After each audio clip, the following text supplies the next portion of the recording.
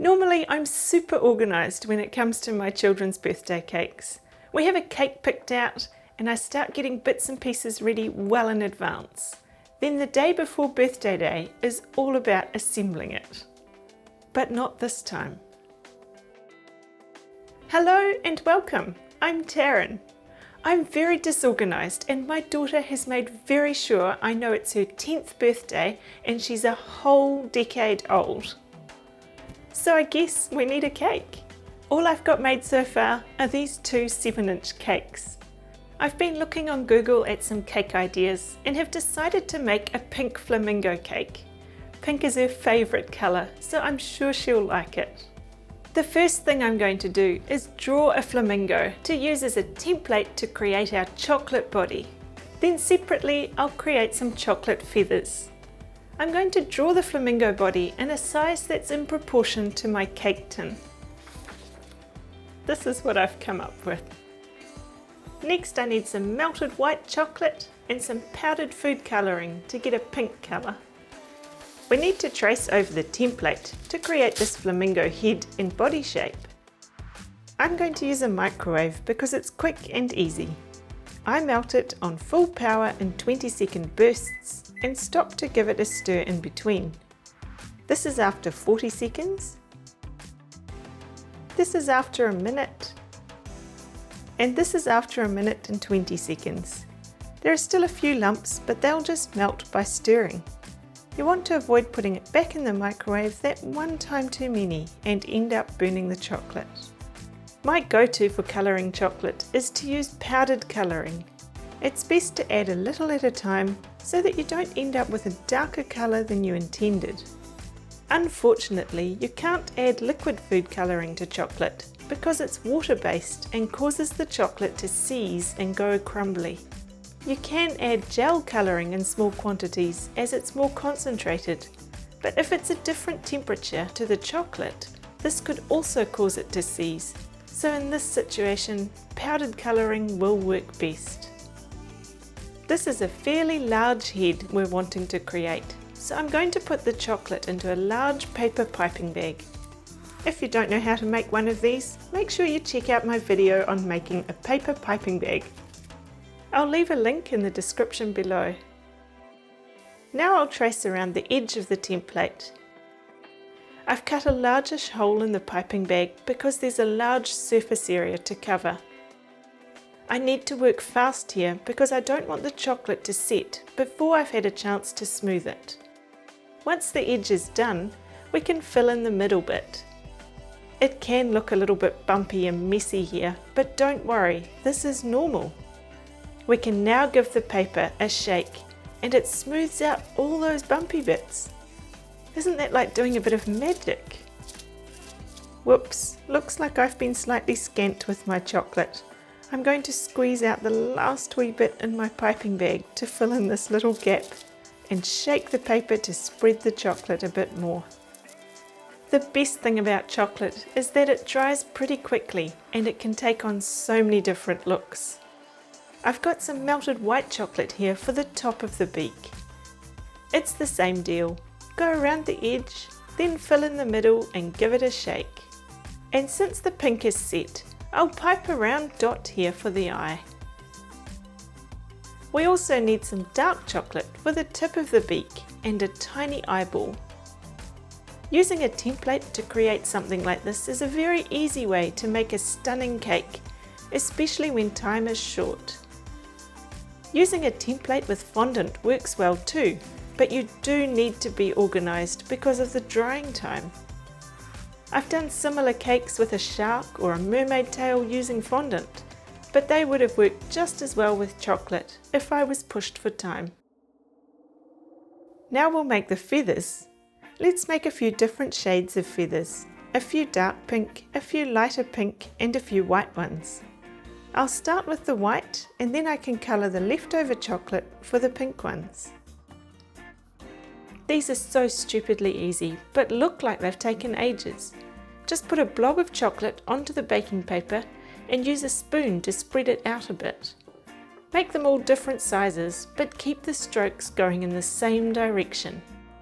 I'll make about 8 to 10 of each colour, so I have a few spares. Now it's time to add a bit of our red coloured powder and make some darker coloured feathers. I like doing this freestyle so each feather is unique, but you could print or draw a template if you wanted them all the same. And lastly, I'll add some more white chocolate to dilute the colour again to a lighter shade of pink. You might be wondering why I'm going from white to dark pink and then back to a lighter pink. Well, I don't want to waste any of this chocolate, so to reuse it, it's much easier to lighten the shade with white chocolate than try to make it darker with food colouring. Food colouring has got a mind of its own, and before you know it, you'll have tipped in more than you wanted to. Perfect! These are going to work well. Woohoo! I think we're going to have a decorated cake soon. We've got our flamingo head, our 3 different shades of feathers, and of course our cake. But before we can assemble it, we need to frost the cake. So let's do that now. Here's my bowl of plain buttercream frosting. I'll add a bit of pink food colouring, trying to get it a similar pink to the flamingo head. It'll be almost impossible to get them exactly the same because the bases of the butter and white chocolate are quite different to start with. So I'm just aiming for a similar shade, not completely different. There, that's close enough for my liking. My cake is pretty flat today, so I don't need to level it. I'll put it straight onto the cake board to avoid having to move it again. I'm just adding some buttercream in between the 2 layers. If you're wanting to create a bit more height to your cake, you can cut the cake into a few more layers and add frosting in between each layer. Now for the outside edge. I'll pipe on some buttercream. It won't look perfect, in fact it'll look quite the opposite. At this stage it'll be very bumpy and messy looking, but that's fine, we'll smooth it off soon. Keep going up and fill in the top as well. I should just stop here, don't you think? Wonder if she'd be happy with that. Just kidding. We'll smooth it off using a metal scraper and turntable. These are such amazing cake decorating tools. Just look how beautifully it fills in the gap and leaves you with a clean, smooth surface. This cake is sliding all over the place, so I'm going to stick the cake board to the turntable with a little blob of buttercream. That should fix it. You can ice the cake without a metal scraper and turntable.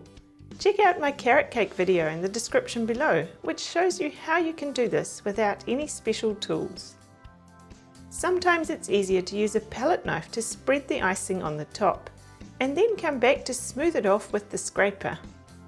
Running the metal scraper under some hot water also helps to get a nice smooth edge. The combination of a palette knife, scraper and turntable should have all your bases covered when icing cakes. I'll also clean up the edge of my cake board now, before I start on the finishing touches. It would be a shame to do this after the feathers were on and end up breaking some by accident. We're ready to assemble this cake now. This is the fun bit, but I do need to be gentle so that I don't break the chocolate. I'm going to make a little slit in the cake so that I can put the big flamingo head piece in, and then I can arrange the feathers on either side, mixing up the colours. Carefully push it in deep enough to hold it in place. This is where you need to take extra care not to break it. Try to make it look like the neck is coming out of the cake. If it's looking wobbly, you could stick in a wooden skewer and hide it with a feather. Then we need to stick on these feathers. My buttercream frosting has set and the feathers won't stick straight on, so I'm just going to use a little of the leftover icing to glue them in place. Mix up the colours a bit, and it really just boils down to what you want it to look like here. I've started on my front edge and I'm working down from there and then into the body in the centre. It's really as easy as that. Most people have their favourite go-to cake recipe, so I haven't baked this cake on video as it's more about the decorating. I'll leave a link in the description below to a few videos on different cakes I've baked and decorated. Let me know in the comments about a cake that you're proud of. Things that look amazing really don't have to take hours. Maybe being disorganised wasn't such a bad thing after all. If you're wanting to make a cake that's even quicker than this one, you might like to make a naked or semi-naked cake. And here's a video to show you how. Happy caking!